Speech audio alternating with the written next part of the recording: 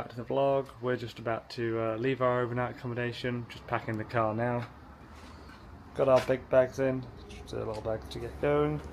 And we're heading towards Fukushima Daiichi, the nuclear power plant which blew up. That's where we're hoping to go to today. It's about an hour and a half drive away though.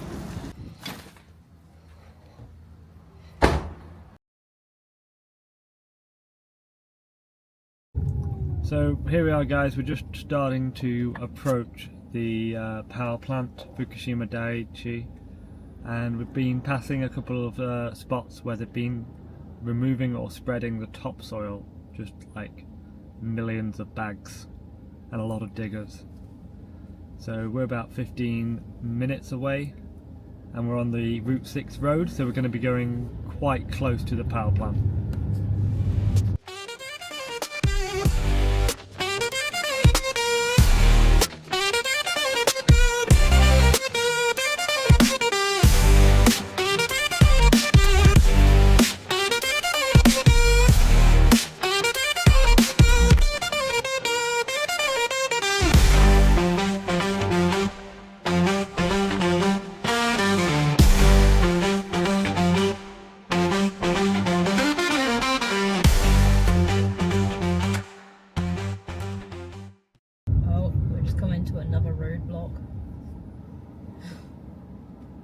So hard to get anywhere.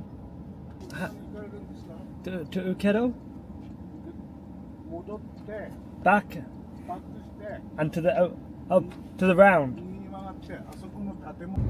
So as you can see, it's actually really hard to navigate around here.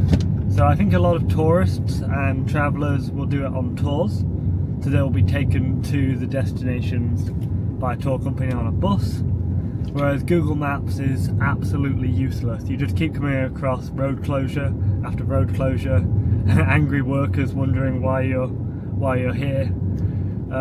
Like I say, we're just trying to, at the moment, get to the Ukedo Elementary School, which is turned into a museum. But the navigation on Google Maps is nearly impossible.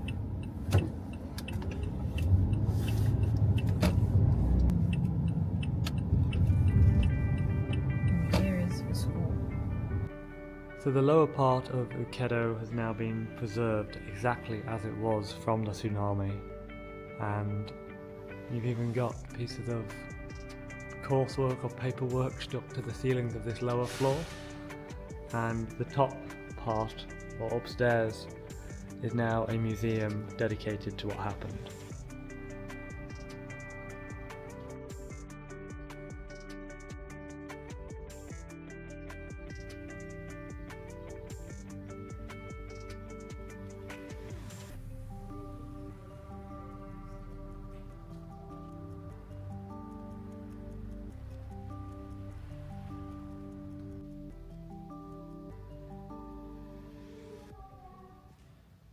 We have looked around Ukedo School now. Entry was 300 yen per person, and there are spots to donate for the Tsunami Revival Fund.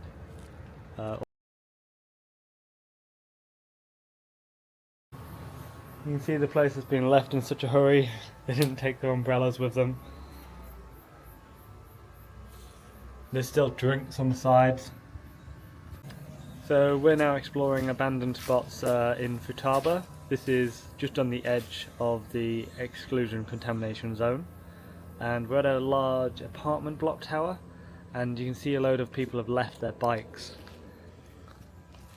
Now these are all starting to rust, and so obviously they've been here for the past 14 years.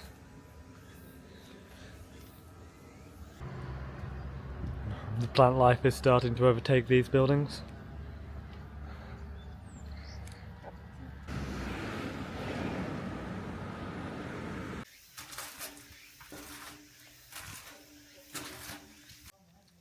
So this is one of the abandoned buildings that we've found.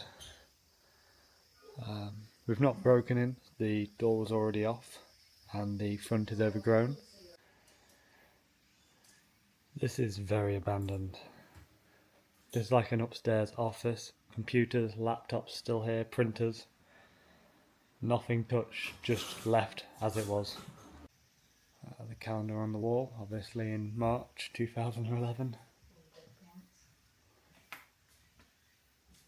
You've got the tatami mats and the small tables for people eating. I think plenty of other people have broken in here because there's also a fair bit of trash, which is probably also why the door is off.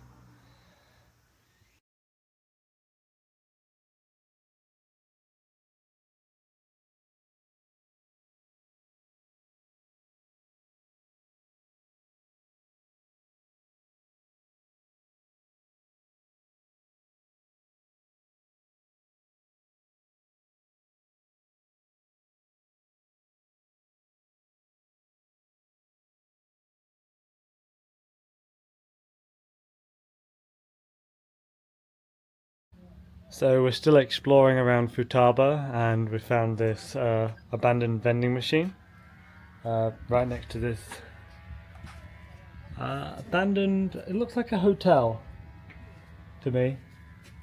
Has like meeting commerce rooms. It's very cool to see like a snapshot in time of the snacks they had in the vending machines back then in 2011 compared to the ones they have today, which are a bit different.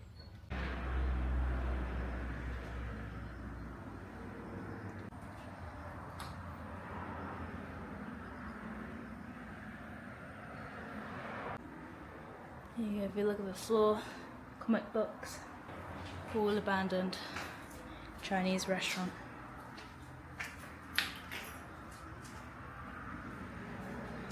We even got chopsticks, a menu. It's pretty dark, but it's the kitchen area. Whoa. We just parked the car at this massive abandoned store now called Niroku. I don't know what it does, what's inside it. Nikita's rolling a bowling ball over there. Once again, this is just fully abandoned, car park is empty. All they've done is put boards up on the windows. It's insane to just see how far the exclusion zone is for the power plant. So on March the 11th, 2011, this is the area where the tsunami in Japan hit. We're at a rebuilt Shinto shrine, and the rest of the area is now going to be reforested because they've stopped any housing development. So the tsunami was caused by an earthquake rated at 9.1 on the Richter scale, and surprisingly enough, today, before we came, there was also an earthquake. It was only at 5.7 on the Richter scale at 7:30 this morning, and that woke us up.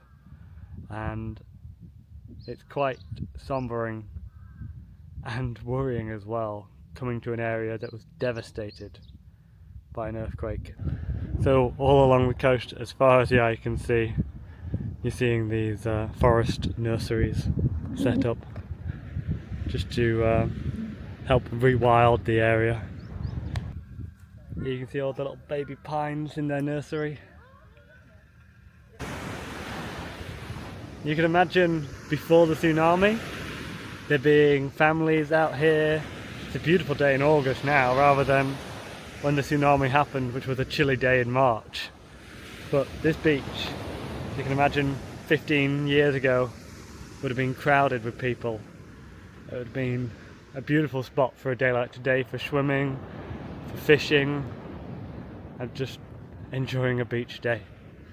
But that's not how life goes, unfortunately.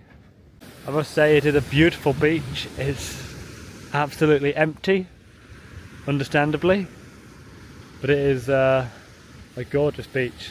I'm going to go see how warm the water is.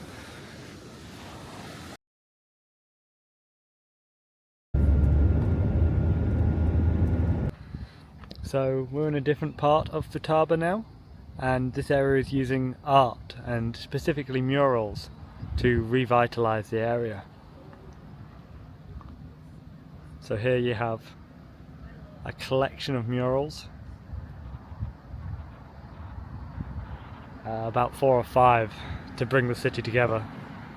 So these murals are depicting Futaba's previous citizens, and obviously its population recently was 0, and so it's only just started to come back to life. So this is for the people of Futaba.